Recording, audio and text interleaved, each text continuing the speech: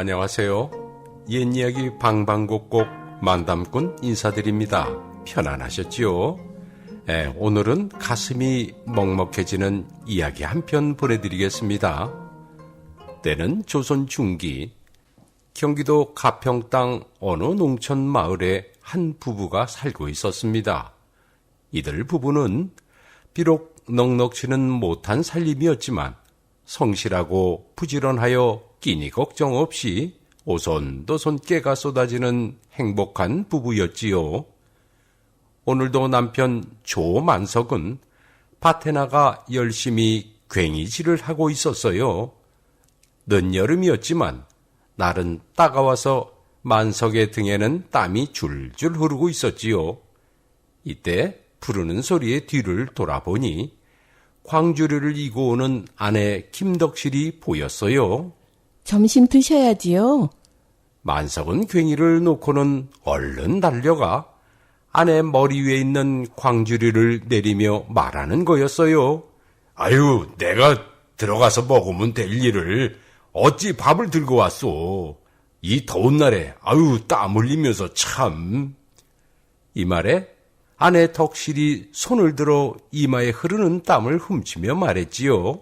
참 서방님도 하루 종일 밥 매며 고생하는 당신도 있는데 밥 내오는 게 대수랍니까? 내가 고마워서 하는 소리지 뭐. 자, 저기 나무 글러나 갑시다. 당신도 함께 먹어야지. 광주리에 덮인 삼배 보자기를 들추니 보리밥 2그릇과 강된장 그리고 배추 겉절이가 들어있었습니다. 자, 어서 냉수부터 한 사발 드시고 수저를 드세요. 아유, 저 땀 좀 봐. 덕실이 삼배 보자기로 남편 만석의 얼굴과 목덜미에 흐르는 땀을 닦아주는 거였지요. 만석은 숟가락을 들고는 땀을 닦아주는 덕실을 보며 흐뭇하게 웃으며 속으로 말했어요. 나는 정말 복이 많은 놈이야. 내 무슨 복에 이렇게 곱고 착한 여인을 아내로 맞을 수 있었을까? 부처님께 감사드려야지. 그랬습니다. 이 마을 저 마을 옮겨다니며 물건을 파는 박물장수 할멈의 중신으로 건넌마을 덕실과 혼인을 하였지만 조실 부모하고 가난한 노총각에게 시집오기에는 너무나 과분한 여자였던 것입니다. 아내 덕실이는 인물도 고왔지만 성품 역시 착하고 부지런하여 모든 이들이 만석이를 부러워하는 거였지요. 조만석이는 전생에 덕을 많이 쌓았을 게야. 그러니 저런 참한 색시를 얻었겠지. 나도 저런 며느리 하나 얻었으면 좋겠는데 말이야. 그러게 말이에요. 착하고 행실도 곱지만 얼굴이 좀 고와요. 아마 이 근동에는 저런 인물 나기가 쉽지 않을 거예요. 인물이지 인물. 그러게 만석이가 전생에 덕을 많이 쌓았다는 내 말이 틀리지 않는다니까. 맞아요. 천생연분인지 부부가 서로 아껴주며 오손도손 사는 모습이 정말 보기 좋아요. 어느 날 밤 아내 덕실은 바느질을 하고 있었고 만석은 방바닥에 펼쳐놓은 터덕을 손질하고 있었습니다. 여보, 내일장에 이 터덕을 내다 팔아야겠어. 이 말에 덕실이 웃으며 말했어요. 참, 그럼 오실 때 무명천 좀 끊어오세요. 곧 겨울이 닥칠 테니 소물 넣고 당신 겨울옷을 장만해야겠어요. 에이, 옷은 무슨. 내 몸이 어떤 몸이요? 한겨울 헛옷으로 살았어도 감기 한번 안 걸린 몸이라오. 이 말에 덕실이 눈을 곱게 찡그리면서 대꾸하는 거였지요. 당신이 어디 혼자 몸인가요? 이 집에 대들보랍니다. 건강하셔야지요. 그렇다면 당신은 집을 떠받치는 석가래겠구려. 이렇게 웃던 만석이 아내 덕실이를 넌지시 바라보았습니다. 쪽진 머리에 꽂혀있는 나무 비녀를 보고는 속으로 다짐하는 거였지요. 에이, 혼인날 아무것도 해준 게 없어 미안했는데 내일 장에 가면 꼭 은비녀를 하나 사다 줘야겠어. 아마 이 사람도 좋아할 거야. 내 옷이야 뭐 나중에 해도 괜찮아. 다음 날 아침 일찍이 그동안 갈무리했던 산더덕을 지게에 얹고는 대문을 나섰습니다. 여보, 내 갔다 오리다. 네, 잘 다녀오세요. 그리고 무명 잊지 마시고 끊어오세요. 저는 묵은 솜이나 다듬어야겠어요. 알겠소. 참 오는 길에 간 고등어라도 한 손 지게에 달고 오리다. 더덕짐을 지게에 지고 가는 남편의 등을 바라보는 덕실은 행복했습니다. 박물장수 할멈을 통해 가진 것은 없어도 튼튼하고 성실하다는 말만 듣고 시집을 온 자신의 선택이 얼마나 잘한 일인지 웃음으로 확인하는 덕실이었던 것이지요. 그날 저녁, 덕실이는 저녁상을 보아놓고 남편을 기다렸습니다. 이제나 저제나 하며 나물국을 덮이기를 몇 번이나 하였으나 남편 만석이는 돌아올 기미가 없었어요. 밤이 깊어 보름달이 둥실 떴는데 살인문에서 기다리던 덕실이는 걱정이 태산 같았지요. 아이 참, 왜 이리 안 오실까? 혹시 장터에서 술 한잔 하신 게 아닐까? 비칠거리다 취해서 미꾸지 고개에서 잠이 든 건 아닐까?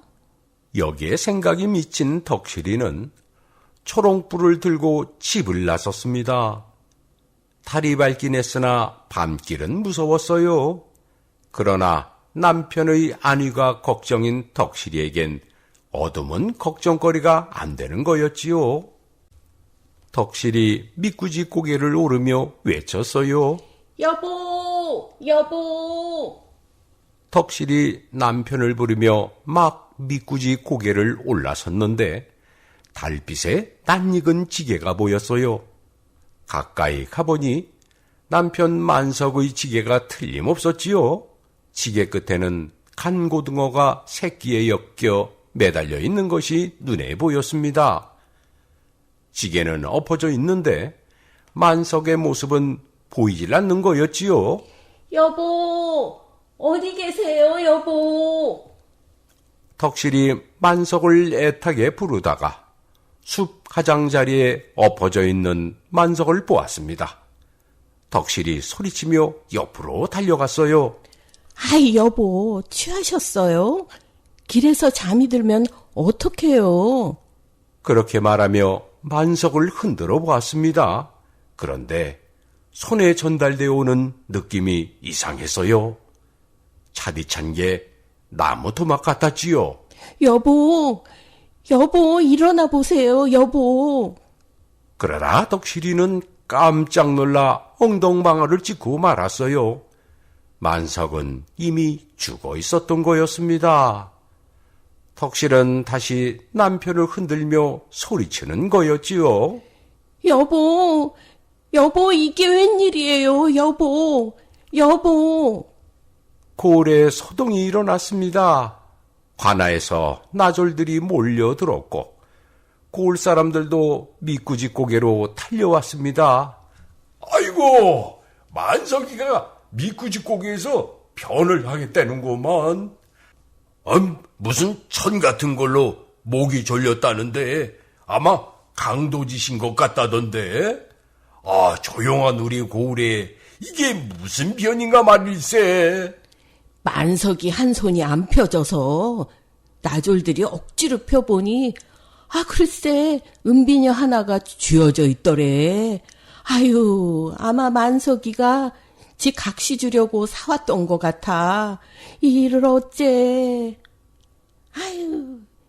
그 꽃 같은 만석이 색시는 어쩐데 그렇게 재미있게 살더니 만석이 색시 불쌍해서 어쩌나.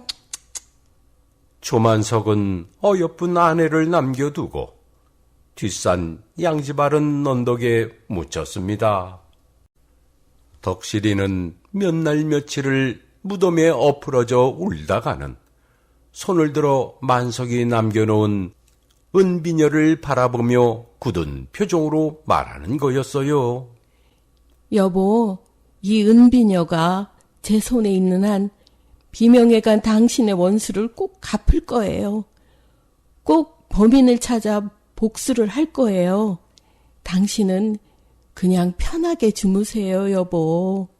이후 관아의 나졸들이 여기저기 쑤시고 다니며 범인을 찾는다고 뛰어다녔으나 끝내 범인을 잡을 수 없었습니다.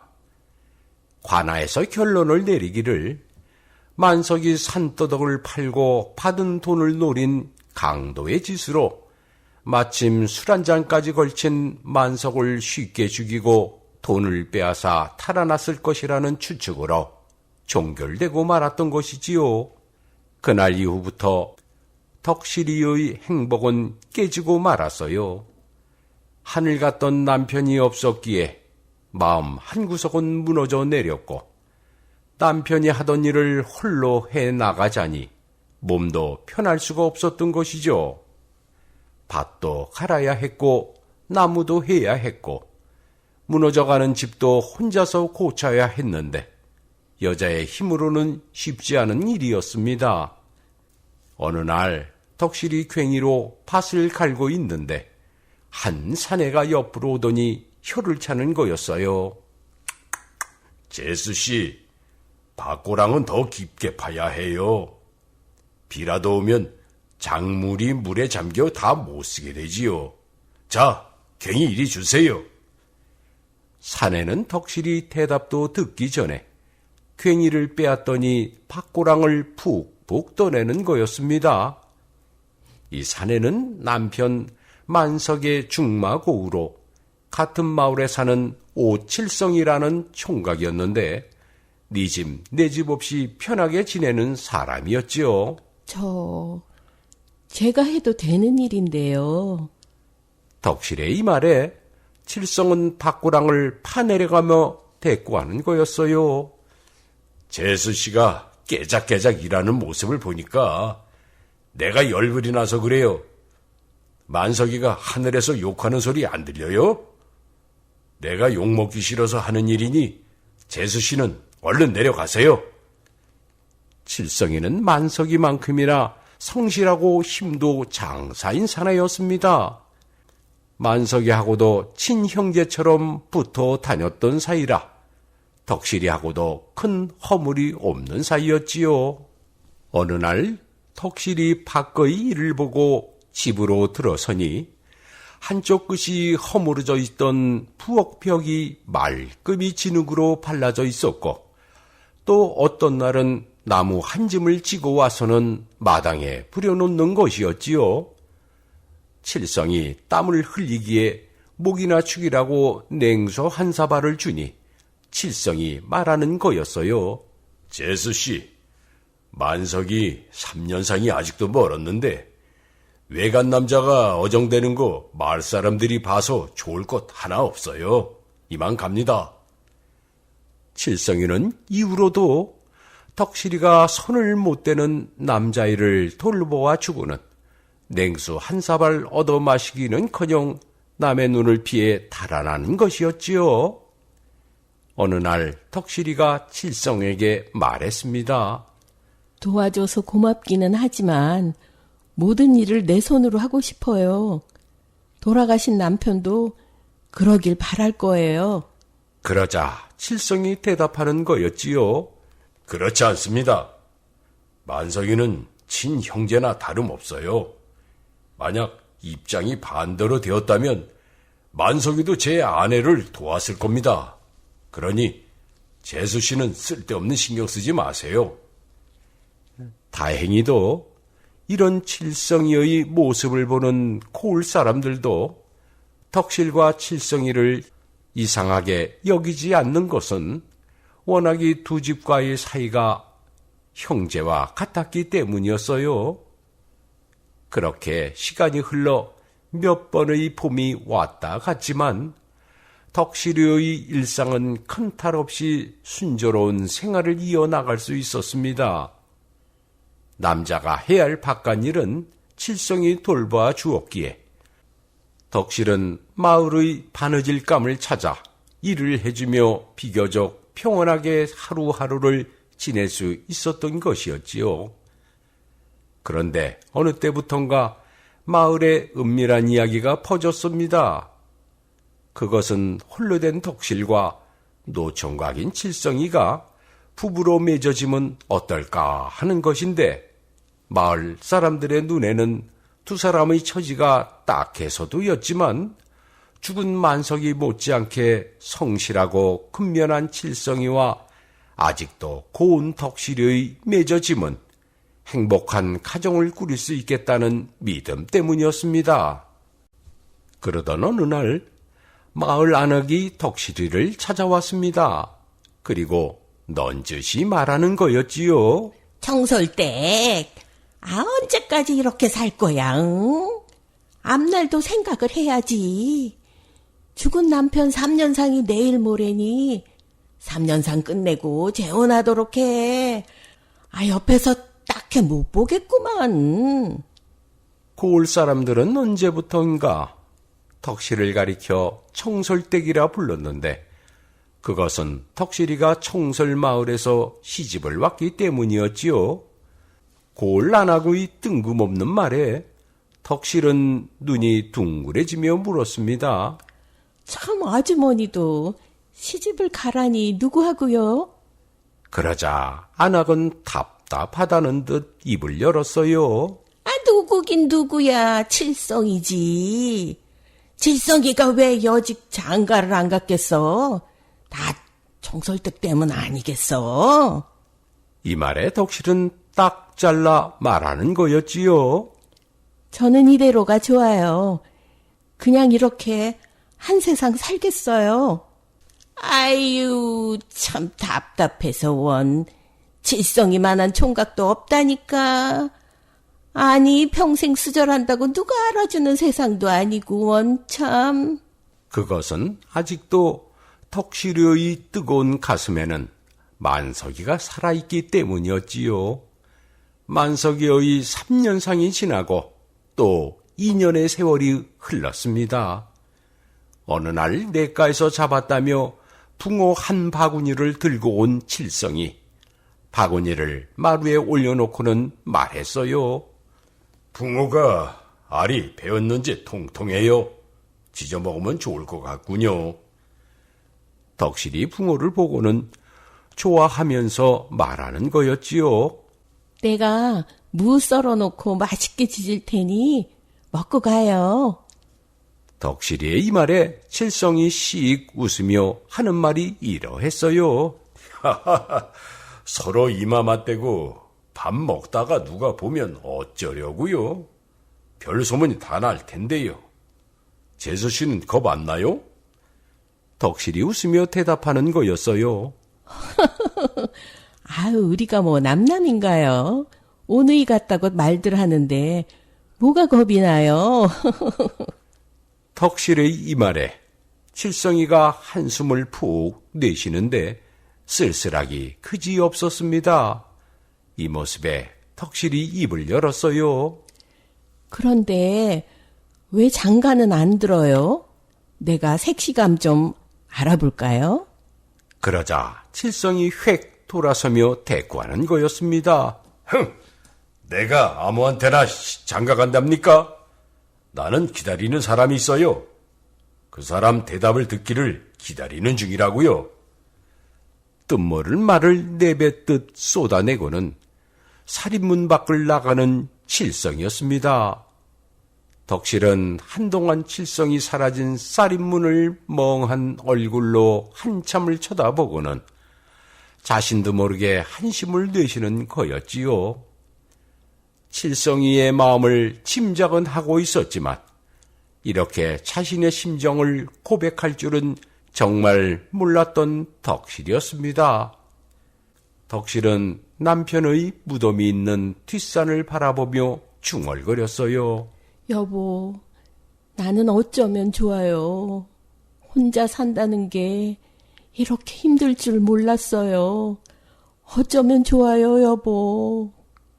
며칠 뒤 칠성이 덕실이의 집을 찾았습니다.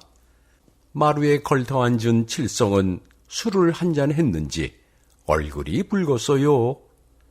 칠성이 결심한 듯 말했습니다.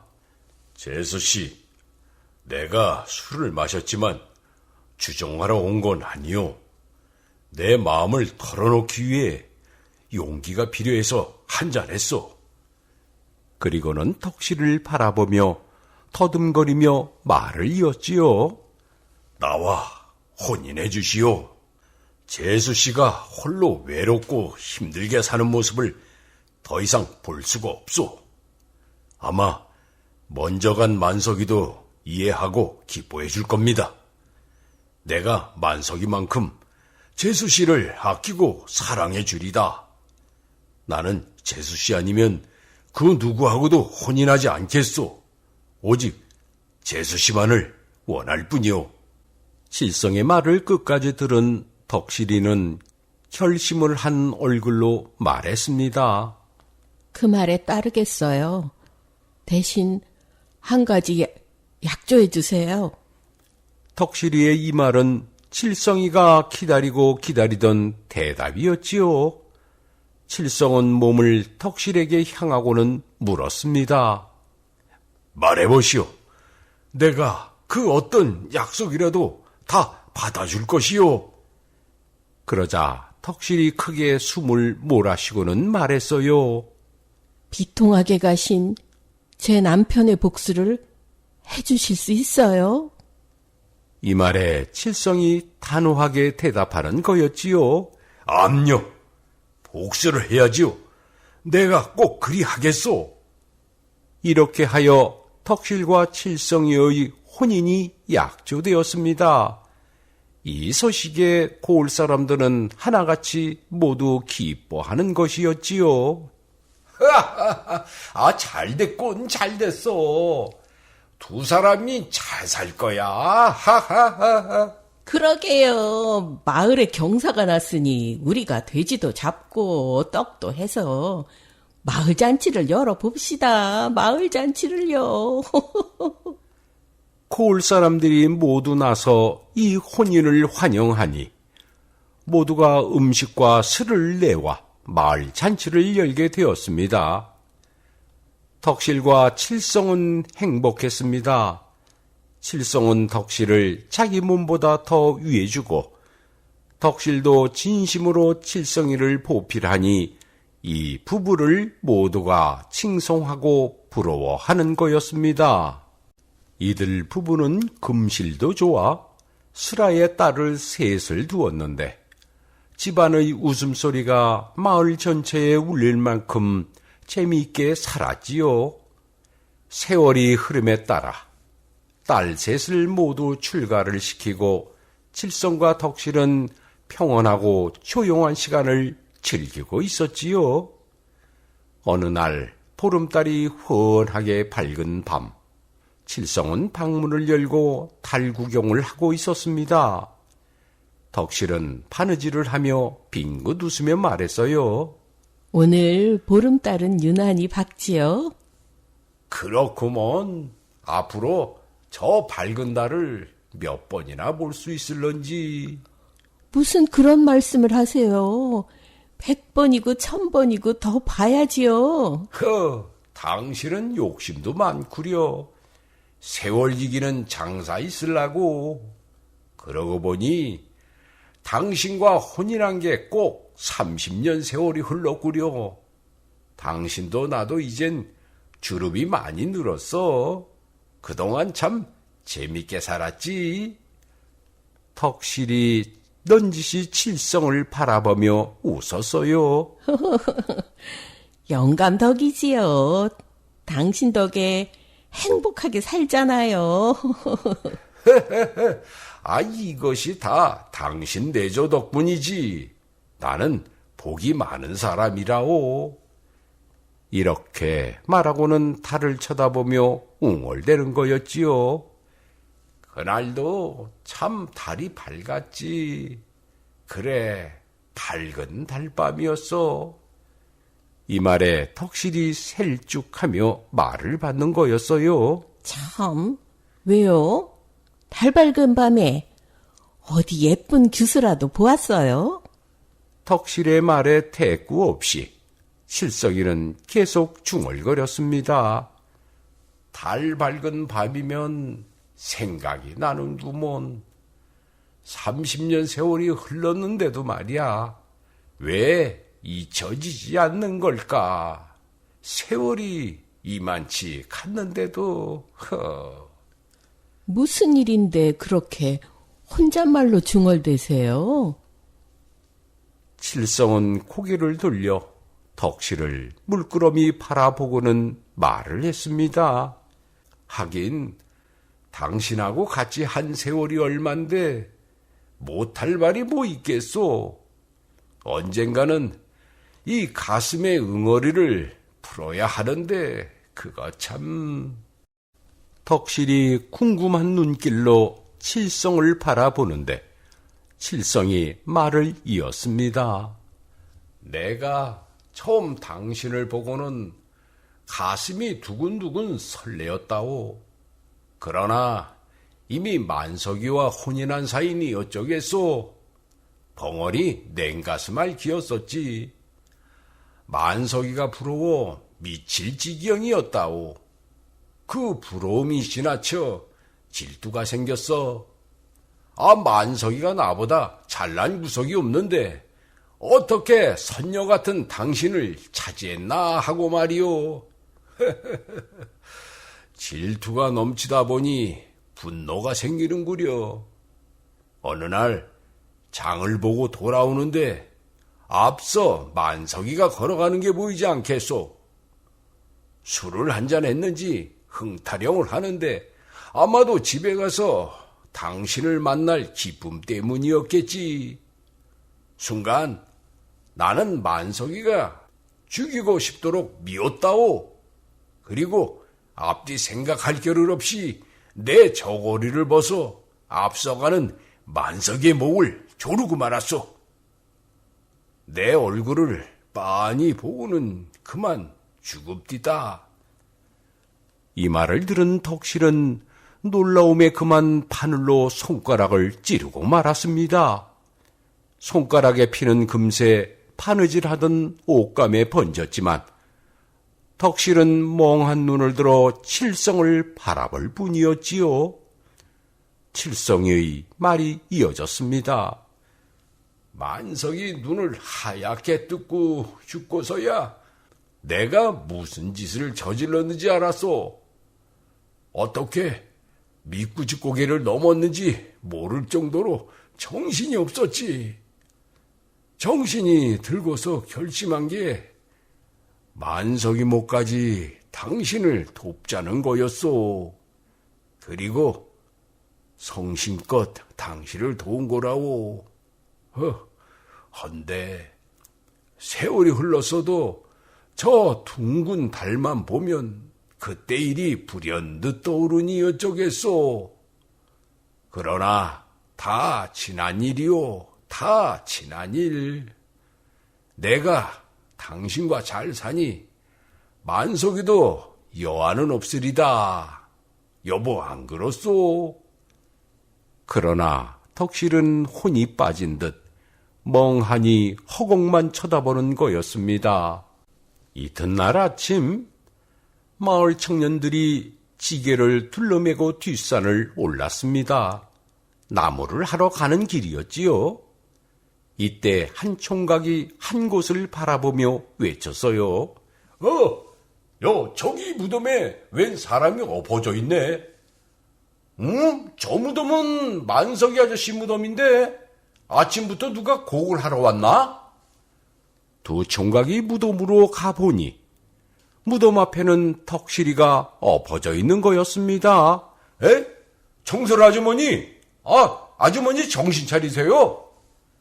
총각이 보니 덕실이 입에는 거품이 물려 있었어요. 아이고, 아주머니가 독주를 씹으셨나 보네. 아유, 야, 너는 빨리 의원을 모시고 와. 나는 아주머니 없고 댁으로 모실 테니까 빨리.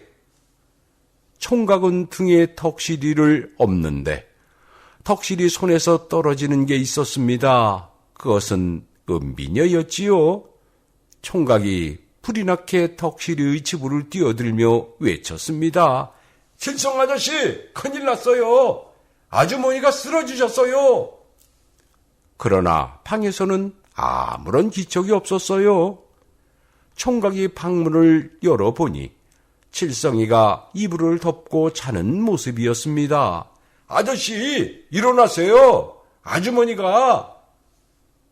흔들어 깨우던 총각이 그만 놀라 엉덩 방아를 찢고 말았어요.